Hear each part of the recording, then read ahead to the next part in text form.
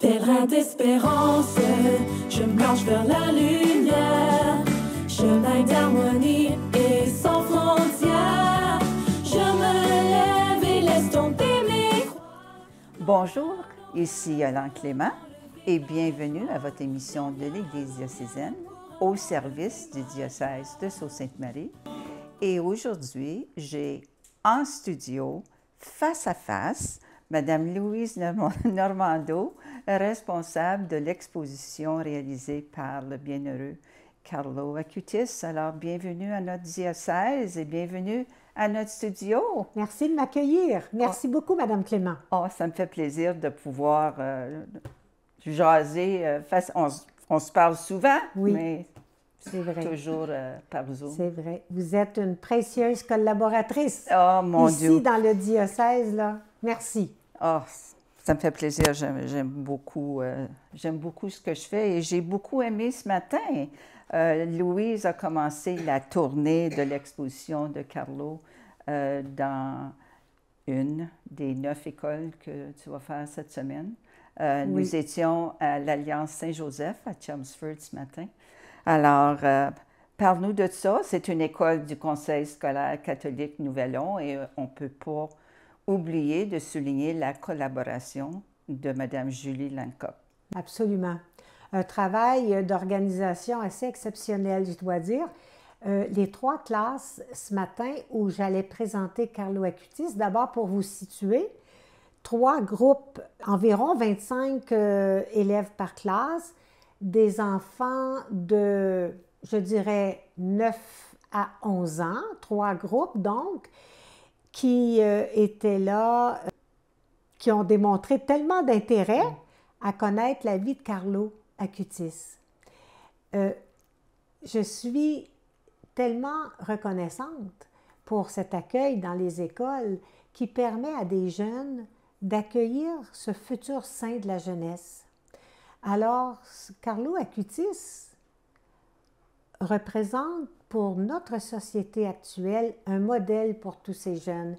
Et à l'âge où avaient ce matin les étudiants, j'observais un grand intérêt pour la vie de Carlo Acutis, un jeune comme eux. Et lorsque je les rencontre, mon effort est orienté vers comment je peux faire des liens entre le parcours de Carlo et le leur. Alors, ma question lorsque j'entre dans une classe, c'est de me dire comment ces jeunes peuvent choisir de devenir l'ami de Carlo Acutis. Alors, je suis enseignante de formation, donc mon expérience antérieure dans l'éducation m'a permis de développer des outils, évidemment, que j'utilise pour animer et présenter ces jeunes autant que possible. Quelques-uns participent à la démonstration que je fais. Il y a des vidéos qui font partie également de la présentation. Et pendant 45 minutes, 50-55 minutes, je vois dans leurs yeux, dans leur attention, tellement d'intérêt pour ce modèle que l'Église nous donne de Carlo Acutis. Ils sont tellement attentionnés, ils sont tellement intéressés, ces jeunes. Ils découvrent en Carlo un jeune de leur âge qui a un parcours similaire, un jeune sportif comme eux, un jeune des jeux informatiques et d'Internet comme eux, un jeune amoureux des animaux comme eux.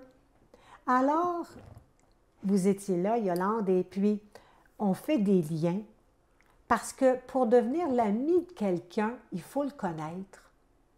Et en leur présentant sous forme de lien entre eux et Carlo, ils réalisent qu'il est un jeune comme eux. Alors, ça suscite d'autant plus beaucoup d'intérêt. La réaction des jeunes Oui. dans leur visage. Et lorsqu'on est sorti pour prendre la photo, il y avait un jeune qui dit « Madame, c'est fou! C'est fou! » J'ai dit « Oui, c'est fou, mais c'est réel. » Il dit « C'est fou! » C'est vrai. C'est tout ce qu'ils pouvaient dire. Oui, oui, c'est incroyable. Oui. Hein? Ils ont été touchés, je dirais. Et ça, les enseignantes qui avaient bien préparé cette visite hein, Oui. pourront sans doute continuer d'accueillir leurs réactions, sans doute demain et les jours à venir. D'autant plus qu'on a attiré l'attention des enfants pour la canonisation le 27 avril prochain. Et puis on a bien dit aux jeunes, n'oubliez pas, le 27 avril, eh bien, Carlo devient officiellement votre ami au ciel. Votre ami au ciel, le saint de la jeunesse. En plus, on sait d'être le saint patron des internautes. Mais je croirais que les enseignantes responsables de ces groupes vont certainement revenir sur la canonisation de Carlo. Complètement d'accord, Louise. Premièrement, les professeurs les avaient tellement bien préparés. Et grâce à Julie aussi, Julie Lemkop du Conseil scolaire catholique Nouvel-Onde qui avait créé des outils pour assurer que les jeunes soient bien préparés pour ta présentation. Mais j'ai eu, une des professeurs a demandé à ses élèves d'écrire juste une idée après que nous étions partis de la classe et j'aimerais les lire. Le premier dit, « Est-ce que tu peux être mon ami? » Thomas nous dit, « Carlo Acutis, merci d'être un modèle. » Le troisième, « Carlo Acutis va toujours être dans notre cœur. Il va toujours être là pour t'aider. Merci de nous avoir donné Carlo Acutis, modèle de vie pour nous les jeunes et messager d'amour pour tous. » Incroyable, hein? Non, c'est quand tu as parlé, peut-être parlé de la relique. Oui. Ça a été oui. exceptionnel. Alors, lorsque j'entre dans un groupe, dans une classe, il y a derrière moi ce personnage de Carlo, hein, où on retrouve, Carlo avec un cerf-volant, Carlo avec un ordinateur, Carlo avec son chien, etc. Alors, les enfants observent et font des remarques, mais j'apporte également ce petit ostensoir qui contient la relique de Carlo que m'a remise sa maman.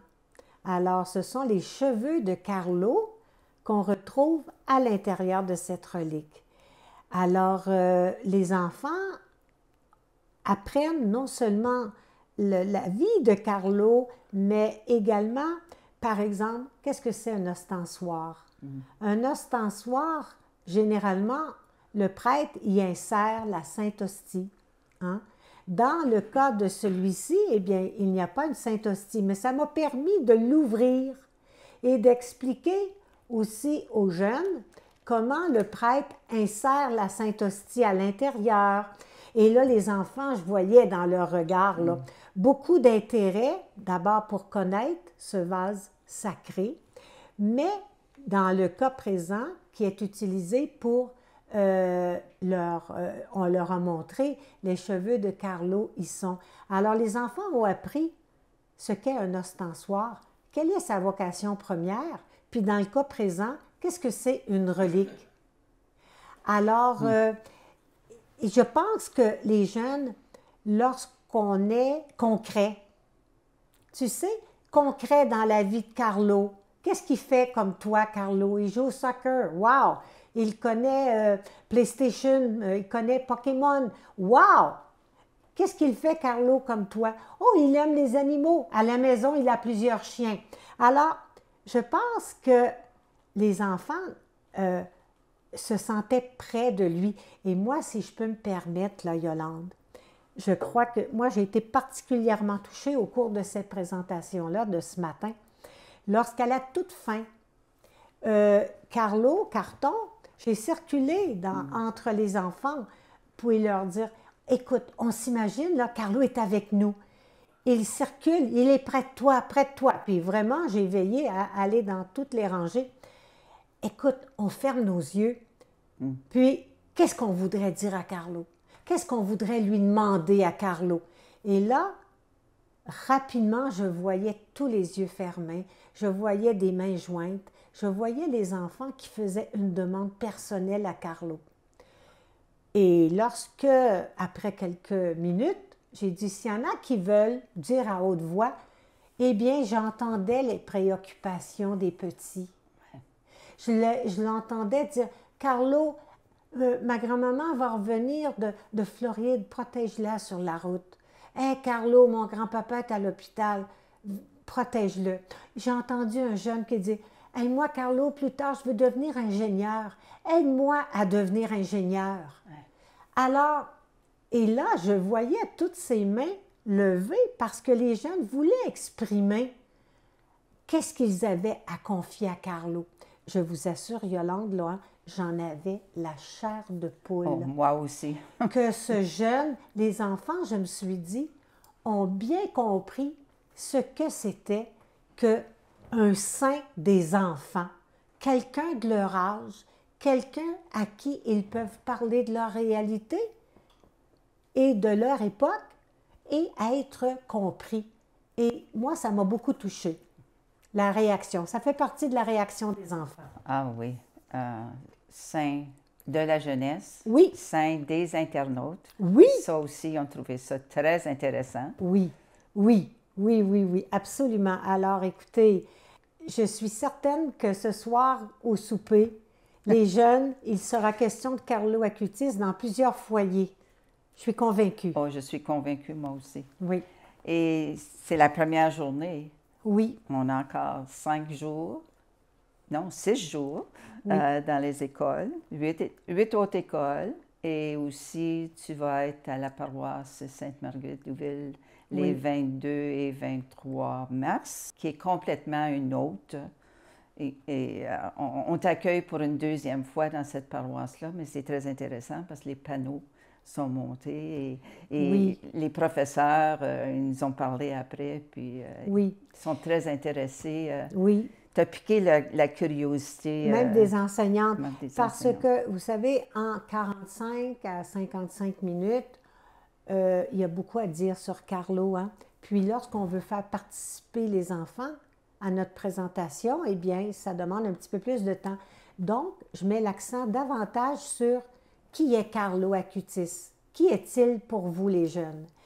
Alors que la présentation, quand elle s'adresse au public de tous âges, particulièrement adultes, eh bien, évidemment que je vais parler de l'héritage de Carlo Acutis, c'est-à-dire son exposition sur les miracles eucharistiques qu'il a lui-même conçus à partir des miracles répertoriés. Je ne mets pas l'accent là-dessus, sur cette deuxième partie auprès des jeunes, parce que je crains que ça soit trop d'informations à la fois. Mais lorsque je le présente, par exemple, en fin de semaine à Sainte-Marguerite-Douville, il y aura qui est Carlo et ensuite quel a été son héritage. Il y a un deuxième volet qui est davantage développé.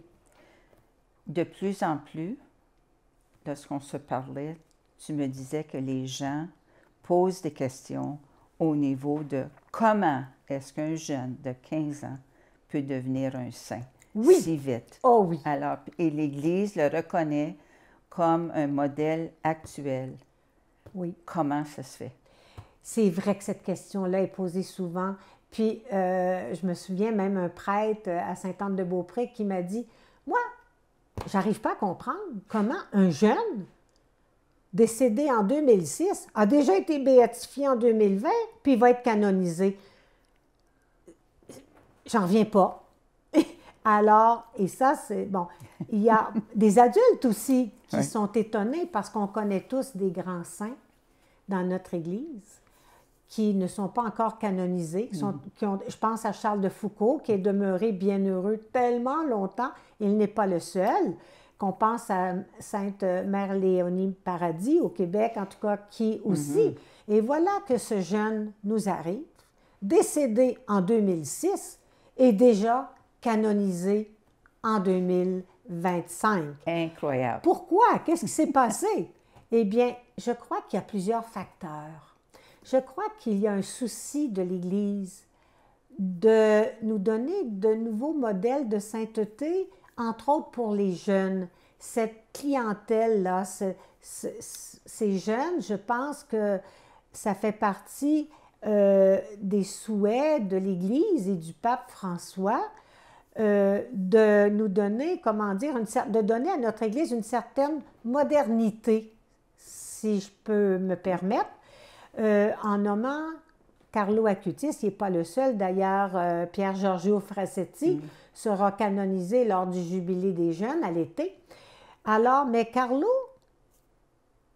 comme on dirait, a rempli les conditions.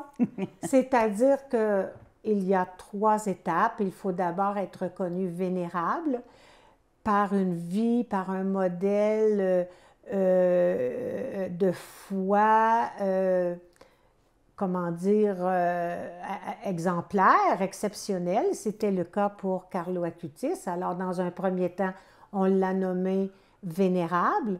Puis, déjà, quelques années à peine, 6 ans après son décès, donc on parle de 2011-2012, déjà un miracle de guérison lui était attribué à l'intercession de Carlo. Qu'on se rappelle ce petit garçon, le petit Mathéus, au Brésil, atteint d'une malformation du pancréas. De la naissance. Dès la naissance, et maintenant à 5 ans, les médecins ne pouvaient plus rien pour lui. Il était malheureusement condamné. Et c'est un prêtre de cet endroit qui avait vu la vie exemplaire de Carlo Acutis sur Internet, qui a demandé à ses paroissiens de porter la guérison de ce petit Matteo à l'intercession de Carlo Acutis. Et voilà que une relique a été apportée tout près de cet enfant et il fut guéri.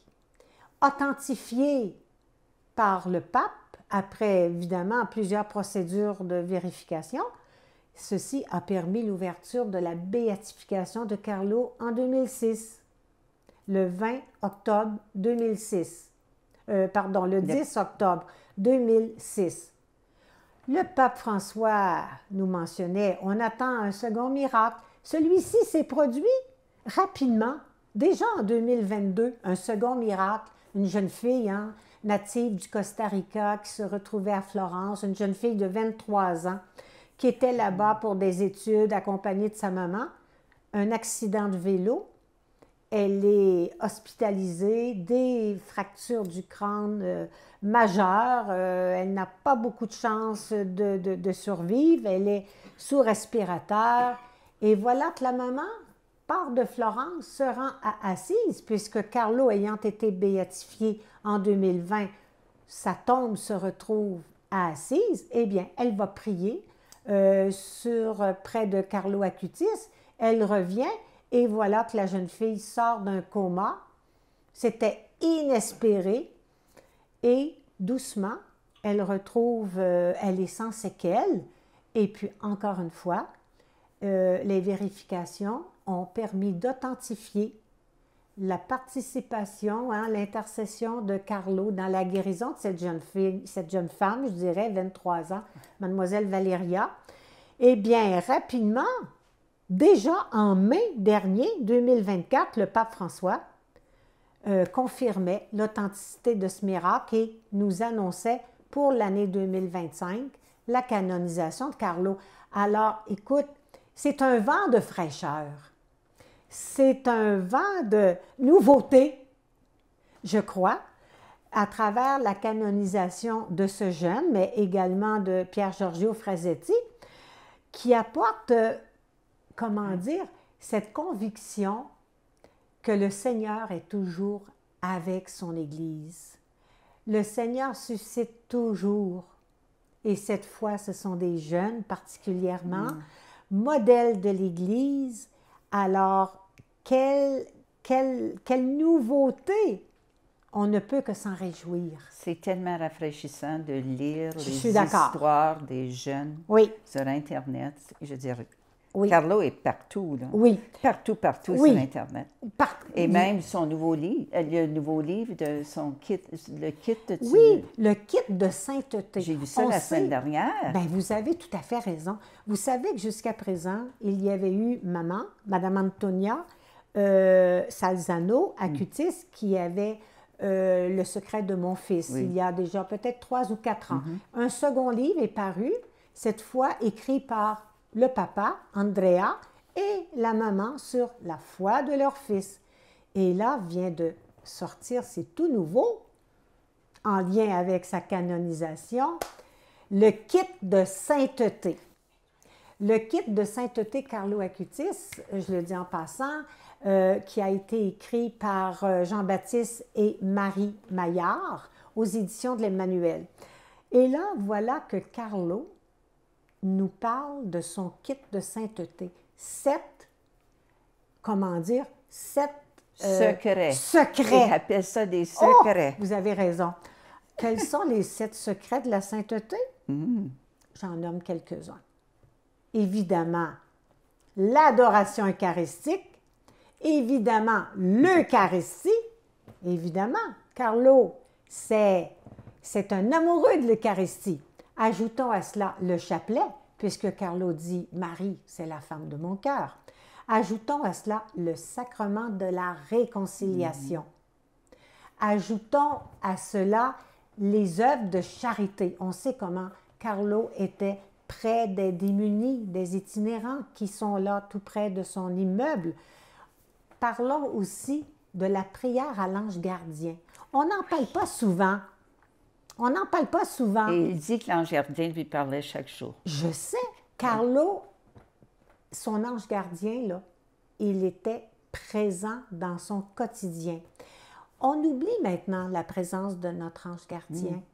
Alors, Carlo Acutis, ça fait partie des secrets de la sainteté de Carlo. Alors, et les auteurs de livres ont utilisé quelques citations ou des faits, des anecdotes dans la vie de Carlo pour aller dans le sens de ces secrets de la sainteté de Carlo. Quand on dit, par exemple, que Carlo, l'Eucharistie ou l'adoration eucharistique sont 2 secrets de la sainteté de Carlo Acutis, on sait que Carlo allait à la messe à tous les jours. Alors, donc, dans le livre, on vient puiser dans sa vie, dans le concret de sa vie. Quand on dit les œuvres de charité, eh bien, ça n'a pas été, une suggestion prise dans un livre. Carlo était vraiment très, très, très près des gens démunis. Hein? Vous savez qu'à ses funérailles, les parents, il y a beaucoup de personnes qui ne connaissaient pas le gardien de l'immeuble, des personnes à qui Carlo aidait et que les parents ne savaient même pas. Alors, le kit de sainteté de Carlo, c'est tout récent et en lien avec sa canonisation, bien sûr. Et tu vas être présente à la canonisation. Toute une expérience à vivre. Écoutez, vous savez que le pape, il nous a joué un petit tour. Je dis ça avec tout l'amour que j'ai pour notre Saint-Père. Pourquoi? Parce que l'année 2025, c'est l'année du jubilé. Il y a plusieurs jubilés qui, durant toute cette année. Et le jubilé des jeunes, c'est à la fin juillet, août. Alors, au départ, nous nous attendions à ce que Carlo soit canonisé durant l'été 2025. Hop! Quelle surprise! Il a été canonisé, il sera canonisé au jubilé des adolescents. Voilà. Qui fait un gros bon sens. Mais oui! Mais oui. Alors, Carlo, donc, sera canonisé le 27 avril prochain. Donc, lors du jubilé des adolescents. Alors oui, j'ai le bonheur de partir du 16 au 28 avril pour assister à la canonisation. Je suis sûre que je ne serai pas la seule. J'ai l'impression que nous serons très nombreux à la place Saint-Pierre. En tout cas, Louise, le temps est déjà épuisé. J'aimerais vraiment, au nom du diocèse de Sault-Sainte-Marie, te remercier pour ton dévouement. Tu vas partout avec cette exposition. Oui. Je veux dire, tu pars d'ici, tu t'en vas à Montréal, tu t'en vas en Italie, après ça, tu t'en vas au Nouveau-Brunswick. Depuis près de 4 ans, partout où on fait la demande pour accueillir Carlo Acutis, soit des groupes de jeunes, spécialement ici en Ontario, où c'est toujours possible de le faire. Alors, je ne refuse jamais. Évidemment, si l'agenda le permet, si c'est déjà réservé ailleurs. Mais on a besoin. Je crois qu'on a besoin. C'est rafraîchissant. Et pas seulement pour les jeunes, pour les adultes aussi. Ouais. On a besoin de voir. Il y a tellement de parents, de grands-parents qui s'inquiètent pour les jeunes. Et vous savez, hein, on est nous-mêmes grands-parents. Et puis, de connaître Carlo Acutis, il me semble que c'est un témoin de l'espérance. En tout cas, un gros merci. Puis je tiens aussi à remercier Mme Julie Lancop du Conseil scolaire catholique Nouvel-An. Absolument. Un des partenaires. Évidemment, là, on remercie le diocèse aussi pour tout, parce que c'est quand même un projet qui nous a pris 7 mois à mettre sur pied. Mais je te remercie énormément pour ton dévouement, ta passion quand tu présentes. Et en tout cas, et on a une date potentielle au mois d'octobre pour en faire d'autres, du 13 au 17 octobre. Espérons que ceci va se produire. Alors, merci encore et au nom de Louise et de moi-même, je vous souhaite une excellente semaine. Merci d'avoir été des nôtres. Yolande Clément, au service du diocèse de Sault-Sainte-Marie. À la prochaine. Merci beaucoup.